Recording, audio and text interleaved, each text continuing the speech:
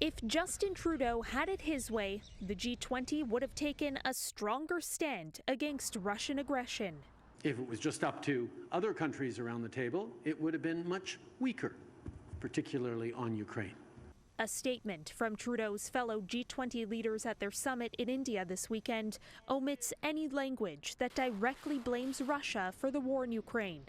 It calls for respect of territorial integrity and sovereignty, but stops short of naming Russia. The Prime Minister insists that wasn't his choice. The G20 is an extremely disparate group, and we worked very hard to get as strong language as we possibly could. The leaders here all stood up very clearly, including in the statement, for Ukraine's sovereignty, for its territorial integrity. I think the statement's a very strong one. American officials are defending the watered-down agreement, adding many in the room are still pressing for peace.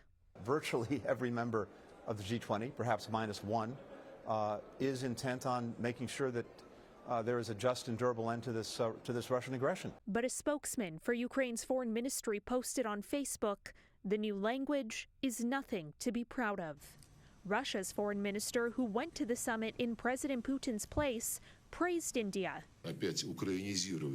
for preventing the West's attempts to Ukrainize the agenda, he says. India, who hasn't taken a side in the conflict, considered it a diplomatic win that the divided group reached any consensus at all.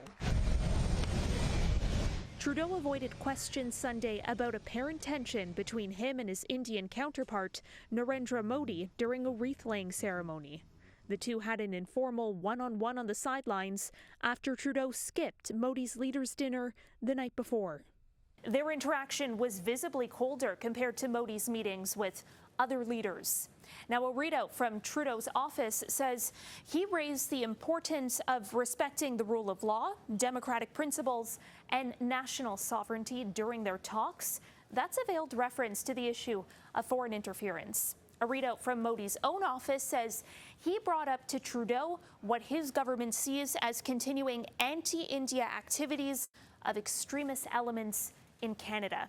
One more note to tell you about. It appears the Canadian delegation will be staying in India a little bit longer than expected. That's due to technical problems with the PM's plane. For City News, I'm Caryn Ceolin.